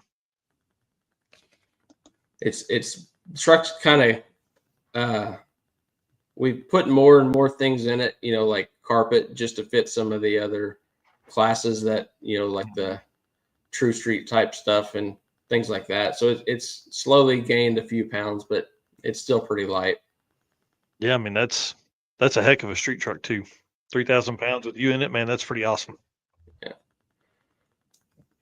Well, any fresh or new pieces in the truck for before Sick Week? Yeah, we've got a couple of things. I bought a Motion Rakes Works operator shifter, and I'm gonna put it on air shift. I've always shifted the truck myself, and had a kind of incident at a 666 where I'm going down the track and I'm looking at my tachometer, and instead of looking down the track, to hit my shift point, and I drifted out of the groove. The truck got a little sideways, so it's like, yeah, it's time to put it on an air shifter, and that way I can just drive and not worry about it. Yeah, that's pretty cool. Yeah. So I won't have to look at the tack anymore, and it'll be a little bit more enjoyable, I guess. But that's kind of the main thing I've been working on now, is just getting that all installed, and then the engine fan just recently quit working, so I'm gonna have to get that figured out before sick week. But other than that, it's all the same. So with it on air, will you run it with CO2?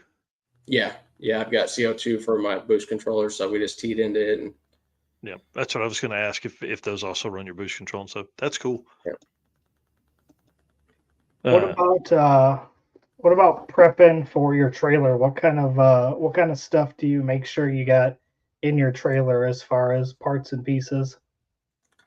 It seems like every event we take more and more out of it just because we realize we're carrying a bunch of stuff we don't need. But the main things, I like to keep just a starter and alternator, because if they quit, you're sitting unless somebody else has got one.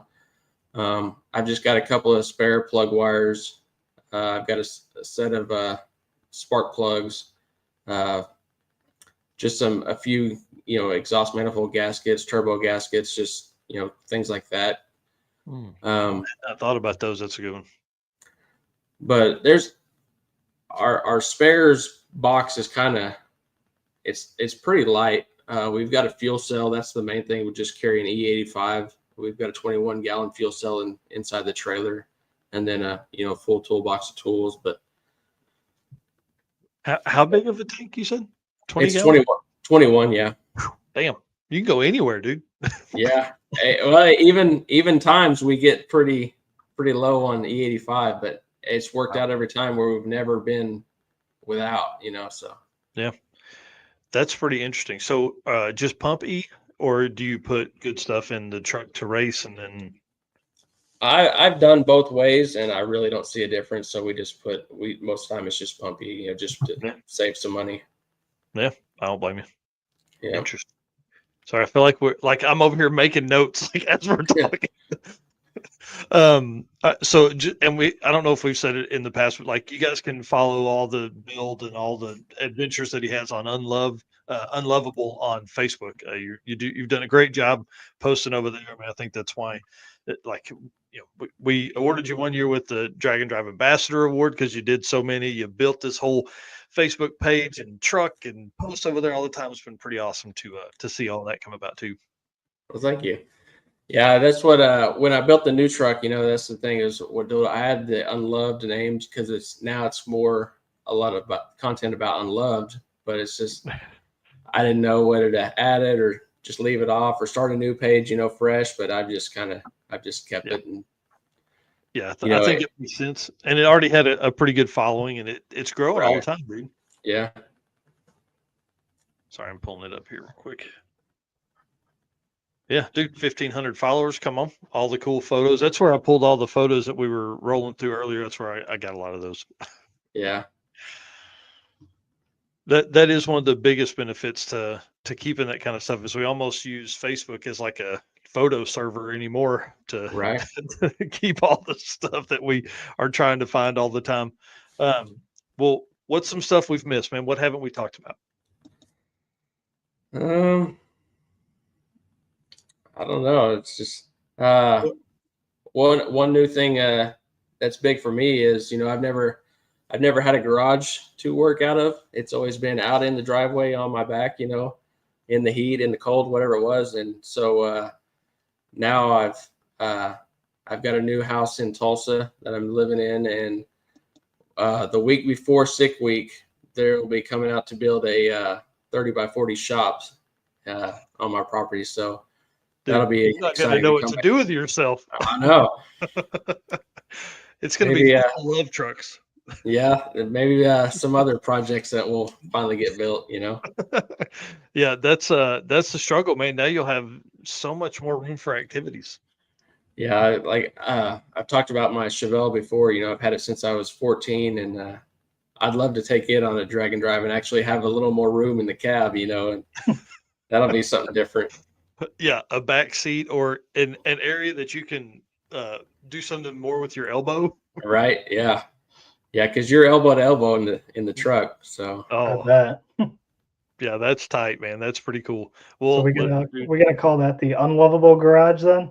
I don't know. I hadn't even thought about a name for it. Can we get a housewarming party or a shop warming party though, man? I'm in on that. I'll bring some. I don't have any tools that you probably don't already own, but I'll bring some beers. Well, the route normally goes within about a quarter mile of my place, so maybe we can Perfect. work that out. Let's do it. I'm in. I'm in. That's pretty cool. All right. Well, listen, dude. I want to say thanks for coming on tonight. I appreciate your knowledgeable and the trucks are super cool and all the stuff you do, man. I mean, just thinking about thousands of miles of driving that stuff this year is just something a lot of folks don't do if they have cool hot rods. They just don't drive 8,000 miles a year. But you're not Yeah. scared. No, I remember my first one, man. It was a pretty anxious moment, leaving the truck and trailer, and now it's like no big deal. It's like this. That's what even if we break down in the box truck going down there, it's like I know that we can just unload the truck and drive it the rest of the way to the event if we had to. So it's like Yeah. not a big deal. Yeah, we're short on time. Offload the truck. Let's go. Yeah.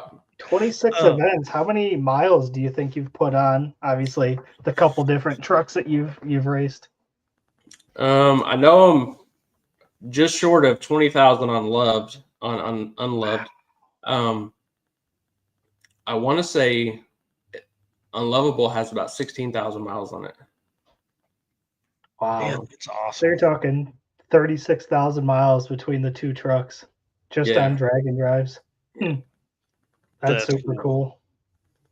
Right? Yeah, Rodney here saying the Love Shack. There you go. I think that needs to be that. Listen, if we end up with a shop warming party, we'll come again. Yeah. Man, that's awesome. All right, sir. Well, again, I'll see you in a couple weeks, man. I'm excited. If you're cool with it, Dustyn's never afraid for me to put a camera in his face and talk about some of the stuff that he's got. If you guys want to watch some of the videos that we've put together at his truck, jump over on the YouTube channel. I think they mainly live there. And man, I just appreciate your openness, dude. It's pretty cool to hang out. Yeah, I appreciate you guys supporting me. So thank you. I'm excited to see you in a couple weeks. And even though you're trying to run for PBs, man, good luck with Pro DYO. Thank you. Appreciate it. All right, man. Thanks. See ya. Dude, how fun, man. I'm telling you, I really like that guy. He is, a big supporter of anything I've ever done. He's been a long time circuit racer.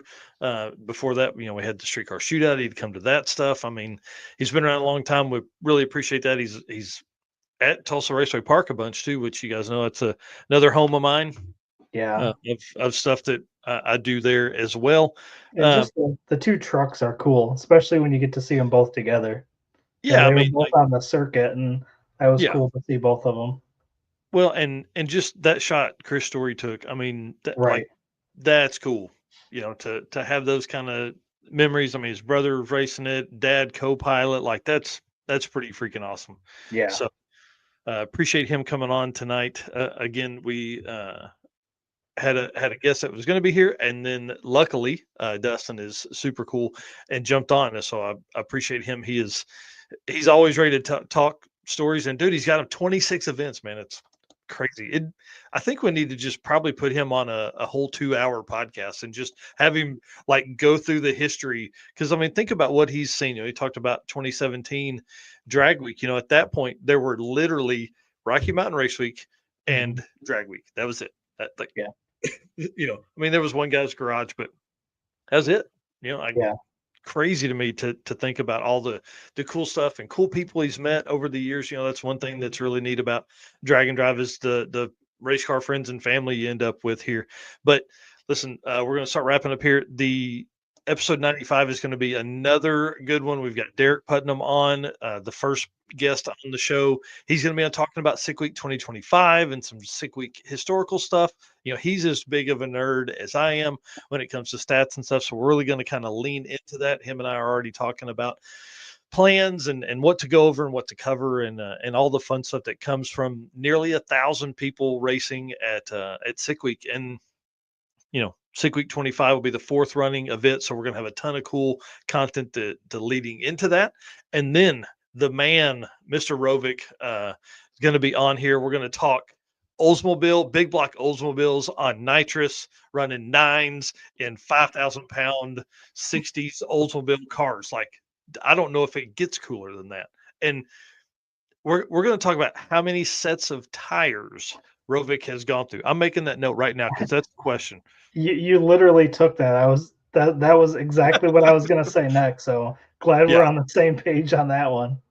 Just he's not scared to do a burnout. Not at No. No, I remember on sixth summer, and he was like, "Yeah, I'm just gonna do. I'll just gonna do a little one. I don't want to, I don't want to tear up these tires." And he goes out there and lays down this huge Yeah. burnout, and I was like, "Little, huh?" Well, there was one night he was at some event or at some drag and drive, and then like completely demolished a set of tires. Like I think even popped one and had to like use someone's spare or someone's front runner. That's right, someone's front runner from their trailer to get over to get to a tire shop the next morning. So bring it on! I can't wait. He's in here making comments, man. I can't wait to hang out with him. He's one of the busiest guys, and he is going to be super busy. Hopefully this weekend, dynoing the new engine for the car. It's at Bill Trotter's place. Man, it's going to be a wild setup. Make sure he's not getting Bloomberg saying we need a live burnout on the show. His car's not running, man. It's not running. He said, "What's a Yeah. burnout?" Yeah. Yeah. Don't be a burnout, do a burnout. That's what he says all the time. So, all right, Eric, lead us out, and we'll talk to Dustyn Caudle backstage for another 30 minutes. All right. Well, again, thank you guys for another great show. All of you guys are race car friends for tuning in. Again, you guys keep us going each week, writing notes, preparing for the shows, articles, photos, all that great stuff. You guys are what keep us going. And of course, our sponsors. We can't do this without all of those guys. Summit Racing, Molly Motorsports, Driven Racing Oil, Car Chains 3D, WAF Racing, Performabuilt Transmissions, J-Wire Solutions, Howard's Cam, Sweet Patina, PowerTube TV, and Racing Junk. Thank you, everybody, and we will see you on the next episode. Awesome. Well, hey, real quick, Rovic said it's Chris from WAF Racing's Front Tires, and then also Rich Guido, Front Tires during Death Week. Nice. Yeah. Oh, man, it's going to be awesome. All right, guys. Thanks a bunch. See you soon. See ya.